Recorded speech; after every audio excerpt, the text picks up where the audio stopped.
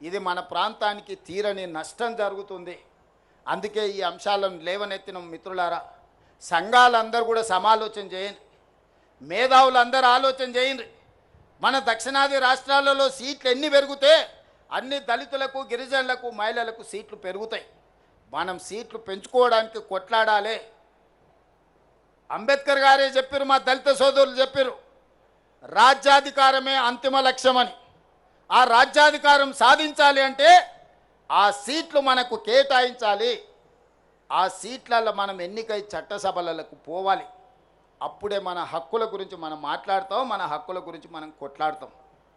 కాబట్టి ఈనాడు ఏదైతే రాజకీయ కుట్ర జరుగుతుందో, మహిళా రిజర్వేషన్ చేయాలంటే మాకెవరికి అభ్యంతరం లేదు. 543లో 33%, 181 సీట్లు ఎల్లుండి పొద్దున్నే మహిళలకు పార్లమెంట్లో రిజర్వేషన్ ఇయ్యండి. అది అమలైన మళ్ళీ తెల్లారే 119 సీట్లున్న తెలంగాణలో 40 సీట్లకు ఆడబిడ్డలకు తెల్లారే అసెంబ్లీలో బిల్లు పాస్ చేసి మీ అందరికి ఆడబిడ్డలకు సీట్లు ఇచ్చే బాధ్యత నాది. చెప్పిన మాట మీద నిలబడే ప్రభుత్వం ఈనాడు ఉంది.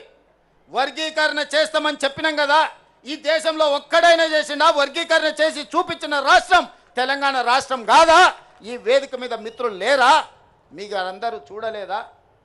కులగణన చేస్తామని చెప్పినాం కదా, జనగణనతో పాటు భారతదేశంలో ఏకైక రాష్ట్రం తెలంగాణ రాష్ట్రం. జనగణనలో కులగణన చేసినాం. సజీవ సాక్షి పొన్నం ప్రభాకర్ గారు దీనికి బాధ్యత వహించిన మంత్రి ఇక్కడ లేడా? వర్గీకరణ జటిలమైంది అన్ని రాష్ట్రాలలో. వర్గీకరణ ముందుకు జరగలేదు. ఈ రాష్ట్రంలో మనం పంచాయతీ తెంచి శాశ్వతంగా మీ మధ్యలో ఒక మిత్రత్వాన్ని పెంపొందించడానికి ఒక పరిష్కారం చూపించినాం. తాత్కాలికంగా కొంత బాధ ఉన్నా దీర్ఘకాలికంగా మీ మధ్యలో భిన్నాభిప్రాయాలు లేని పరిస్థితిని ఈరోజు మనం కల్పించుకున్నాం. జనగణనలో కూడా కులగణన చేసి బలహీన వర్గాల లెక్క తేల్చిన ఇవాళ 56.33% తెలంగాణ రాష్ట్రంలో బలహీన వర్గాలు నేను లెక్క తేల్చిన ఏకైక రాష్ట్రం తెలంగాణ రాష్ట్రం.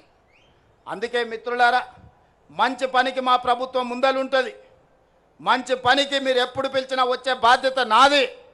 ఈరోజు మిమ్మల్ని అందరినీ మనమందరం కలిసి ఎదుగుదాం. నేనొక్కనేదో అయితే ఈ సమాజానికి సరిపోదు.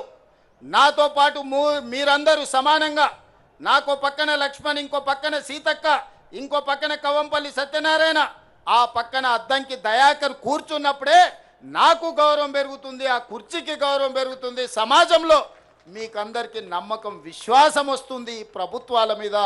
ఆ తాపత్రయంతోనే, ఆలోచనతోనే ఈనాడు మా ప్రభుత్వం పనిచేస్తుంది. ఈ ప్రభుత్వం మీది. మీ ప్రభుత్వాన్ని కాపాడుకునే బాధ్యత కూడా మీదే. కాపాడుకున్న ప్రభుత్వాన్ని నిలబెట్టి పరిపాలన